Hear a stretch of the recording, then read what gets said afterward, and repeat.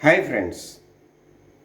आपने कभी क्या है सोचा है कि आप कहीं पे जा रहे हैं, आपकी एक्सीडेंट हो जाए और आपकी डेथ हो जाए, या आपको कुछ इलनेस हो जाए, आपकी डेथ हो जाए, या कुछ भी रीजन से मान लीजिए आप ना रहे, तो आपके पीछे आपकी फैमिली का क्या होगा। दोस्तों जी हाँ, ऐसे कई बार हमें इंश्योरेंस एजेंट कई तरह के आते हैं, हमें ऐसे ही सवालों में उलझाते हैं और हमें कई सारी पॉलिसियाँ बता के हमें एक लंबी चौड़ी पॉलिसी पकड़ा देते हैं, जिससे क्या होता है हम 20-30 साल तक प्रीमियम भरते रहते हैं और आखिर में हमें पता चलता है कि इसका तो कुछ रिटर्न मिला ही नहीं, या फिर मैंने सोचा ही नहीं कि मेरा इन्वेस्टमेंट है या इंश्योरेंस था। तो दोस्तों आज का वीडियो मैंने इसी बारे में बनाया है कि क्या इंश्योरेंस को इन्वेस्टमेंट के नज़रिए से देखना चाहिए, क्या इंश्योरेंस इन्वेस्टमेंट है, या इंश्योरेंस और इन्वेस्टमेंट दोनों अलग है। इंडिया में अवेलेबल फ्यूचर प्लान पॉलिसीज़ के डिफरेंट, और पॉलिसी क्या है और हमें कौन सी पॉलिसी लेनी चाहिए। तो friends, my name is Amit Mehta and welcome to Wealth Chanakya. आज जो हम टॉपिक पे चर्चा करने वाले हैं वो है टर्म लाइफ इंश्योरेंस पॉलिसी। दोस्तों, टर्म लाइफ इंश्योरेंस पॉलिसी का मतलब होता है, उसके शब्द में ही पूरा मीनिंग आ जाता है कि टर्म लाइफ इंश्योरेंस मतलब कि एक लिमिटेड टर्म के लिए हमें अपनी लाइफ को इंश्योर करना है, तो हमें टर्म लाइफ पॉलिसी लेनी होती है। मान लीजिए कि कोई इंसान है जो अकेला ही जॉब करता है और उसकी फैमिली पूरे की पूरी उसके ऊपर डिपेंड है, मतलब कि वो इंसान ना रहे या उसको कुछ हो जाए, मतलब कि उसकी डेथ हो जाए, उसको ऐसी इलनेस हो जाए कि फिर इनकम का कोई सोर्स ना हो, तो उसके लिए उसके फैमिली को एक कवर मिलता है, उसको हम टर्म लाइफ इंश्योरेंस पॉलिसी कहते हैं। तो उसके लिए उस इंसान को एक छोटा सा premium monthly, by monthly, 3 monthly, half yearly या ईयरली भरना होता है। तो टर्म लाइफ इंश्योरेंस ऐसे लोगों के लिए लेना बिल्कुल ही कंपलसरी या लेना ही चाहिए, ये मेरा पर्सनल रिव्यू है जिसके ऊपर उसकी पूरी फैमिली डिपेंड हो। मान लीजिए अगर फैमिली में 2 कमाने वाले हो, फैमिली 3 लोगों की हो और तीनों लोग कमाते हो, वो एक दूसरे के ऊपर डिपेंड ना हो, तो फिर ये बात यहाँ लागू नहीं होती। तो उनको इन्वेस्टमेंट के बारे में सोचना चाहिए। दोस्तों, टर्म लाइफ इंश्योरेंस पॉलिसी के बारे में जानने से पहले हम थोड़ा सा इंडिया में करंटली इंश्योरेंस पॉलिसी कैसे आई, क्या है, उसके बारे में एक छोटा सा जान लेते हैं। तो दोस्तों, सबसे पहले गवर्नमेंट ऑफ इंडिया ने 19 जनवरी 1956 को पॉलिसी इंश्योरेंस काफ़ी कई तरह की इंडिया में अवेलेबल थी, उसको नेशनलाइज किया। और उसके बाद में 1 जनवरी 1973 को जनरल इंश्योरेंस कंपनी का गठन किया। उसमें 4 तरह की इंश्योरेंस कंपनी आ गई, national insurance, new India insurance, general insurance और ओरिएंटल इंश्योरेंस। और LIC 1956 का गठन हुआ। उसके बाद दोस्तों क्या होता है, 90s तक ये गवर्नमेंट की पॉलिसी थी और इसमें इस बिजनेस में इनकी मोनोपोली रही। उसके बाद जैसे ही ये फील्ड थोड़ा ओपन हुआ तो काफ़ी सारी प्राइवेट कंपनियां आ गई और आज बहुत सारी करीब करीब 23 प्राइवेट कंपनियां इस सेक्टर में अभी भी है, और गवर्नमेंट कंपनियां भी इस इंश्योरेंस सेक्टर में है, SBI है, जैसी बैंक्स भी अभी आ गई है। तो मतलब कि बहुत सारी इंश्योरेंस कंपनियां इंश्योरेंस प्रोवाइड करती है। तो दोस्तों, अब हम आते हैं अपनी टर्म लाइफ इंश्योरेंस के बारे में। जैसे कि आप कोई अपना मकान परचेस करते हैं या गाड़ी परचेस करते हैं, तो वो अपने खुद को चलाने के लिए कार परचेस करते हैं, या आप रहने के लिए अगर आपने घर परचेस किया है तो फिर आप उसमें ये नहीं देखते कि मुझे इसमें से रिटर्न कितना मिलेगा।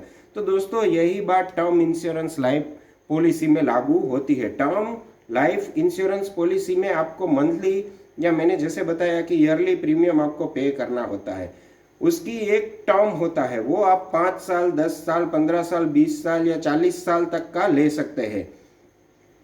तो मतलब 40 साल का मैंने टर्म प्लान ले लिया, मेरी एज 20 ईयर की है और मैंने 40 साल तक का टर्म प्लान ले लिया, तो मेरी 60 ईयर तक की एक सेफ्टी हो जाती है। अगर मुझे 60 साल की उम्र तक कुछ भी हो जाता है, मेरी नेचुरल डेथ हो जाती है, एक्सीडेंटल डेथ हो जाती है, या कुछ बीमारी की वजह से डेथ हो जाती है, तो मेरे बाद मेरी फैमिली को उसका एक सम अस्योर्ड जो भी होता है, और जो पहले ही डिक्लेयर की गई है वैल्यू, मान लीजिए कि 50 लाख 1 करोड़ का टर्म इंश्योरेंस है, तो उतना मेरी फैमिली को मिलेगा ही मिलेगा।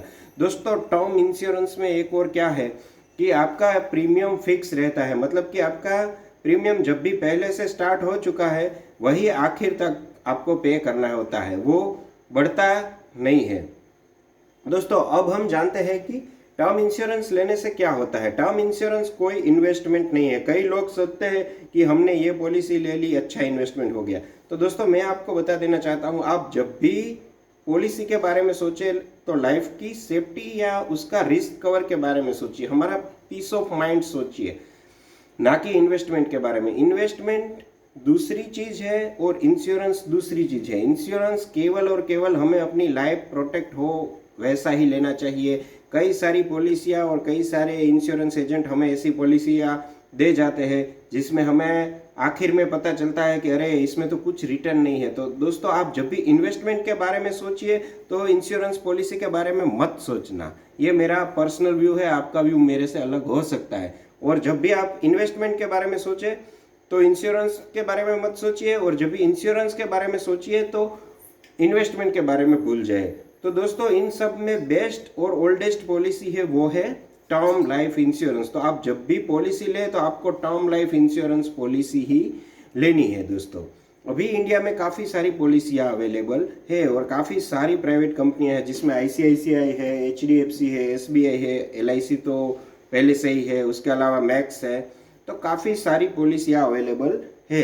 तो दोस्तों जब भी आप ये इंश्योरेंस पॉलिसी ले तो आपको क्या देखना है, तो ये इंश्योरेंस वाले आपसे कुछ सवाल भी पूछेंगे, जैसे कि आपको टोबैको है, कुछ ऐसे व्यसन है या नहीं है, उसके ऊपर आपका प्रीमियम डिपेंड करेगा। इसके अलावा आपकी एनुअल इनकम कितनी है, आप सैलराइड पर्सन है, आपका बिजनेस है, आपका एजुकेशन लेवल क्या है और आपकी करंट एज क्या है। तो जितना हो सके हमने ये अर्ली एज में टर्म लाइफ इंश्योरेंस ले लिया तो उसका प्रीमियम काफ़ी कम आता है। ये 85 ईयर तक मैक्सिमम हम ले सकते हैं।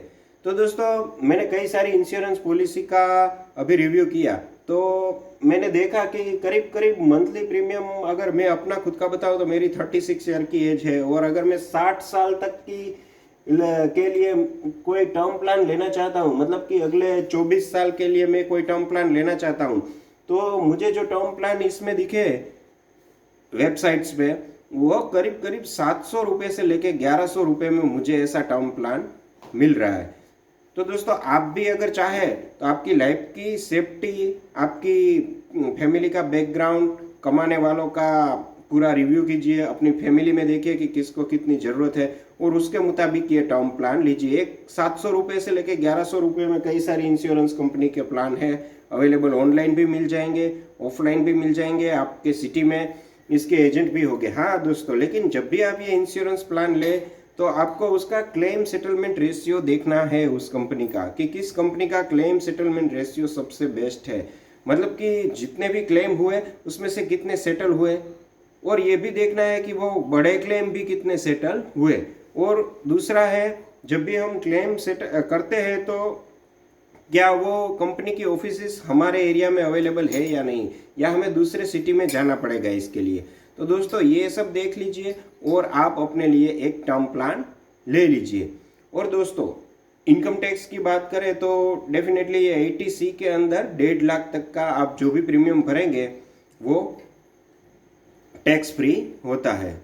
और दोस्तों इसमें क्या क्या इंक्लूजन होता है, तो नेचुरल डेथ हो जाती है, एक्सीडेंट से हो जाता है, कुछ मर्डर, इलनेस वगैरह होती है। हाँ दोस्तों, एक हम और एक्सक्लूजन के बारे में बात करें तो एक्सक्लूजन इसमें अगर सुसाइड कर लेता है कोई पर्सन तो वो पहले साल के लिए वैलिड नहीं गिना जाएगा, उसके आगे के सालों के लिए वैलिड या आगे के ईयर के लिए वैलिड गिना जाएगा। तो दोस्तों टर्म प्लान लेना उस पर्सन के लिए बहुत ही ज़रूरी है जिसके ऊपर अपनी पूरी फैमिली डिपेंड हो। तो मुझे लगा ये वीडियो आपसे शेयर करना चाहिए, तो मैंने ये आपसे शेयर किया। आप भी टर्म प्लान जरूर लीजिए अगर आपकी पूरी फैमिली आपके ऊपर डिपेंड है। और मेरी चैनल को लाइक कीजिए, ज़्यादा से ज़्यादा हो सके उतना शेयर कीजिए, और चैनल को सबसे ज़्यादा सब्सक्राइब कीजिए, और ज़रूरत जिन लोगों को हो उन तक ये वीडियो पहुँचाए ताकि उनको भी इसके बारे में नॉलेज मिले। मिलते हैं अगले वीडियो में। Okay bye.